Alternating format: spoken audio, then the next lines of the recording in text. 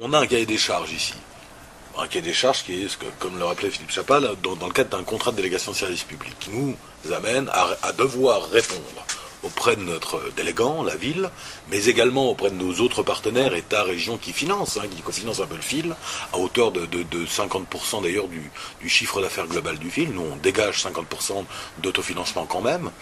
Je ferme cette parenthèse, mais elle est importante. Elle est importante. On a un cahier des charges. Ça veut dire quoi? Un cahier des charges, ça veut dire programmer l'ensemble du spectre, embrasser l'ensemble des musiques actuelles. Ça veut dire que, oui, on doit faire du jazz, on doit faire du rock, on doit faire du rap, etc.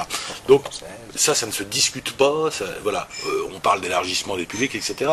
Encore une fois, donc la programmation, elle est confiée finalement à un responsable, mais elle est partagée. Hier soir, par exemple, le concert, c'est le directeur qui a programmé. C'est pas le programmateur. Une autre fois, ça sera Philippe dans le cadre d'une coproduction avec la fabrique, etc., etc. Donc, elle se discute de ce point de vue-là, mais elle ne fait pas polémique. On aime ou on n'aime pas après ce qui est programmé. Moi, je n'aime pas tout ce qui se passe ici, naturellement. Oui, le problème du fil, c'est que aujourd'hui, il n'y avait rien sur ce territoire. Bon, à part la Olsey, qu'on ne peut pas vraiment appeler une salle de concert, c'est un provisoire qui a duré 15 ans, sur Saint-Étienne. Donc effectivement, tout d'un coup, arrive cette salle et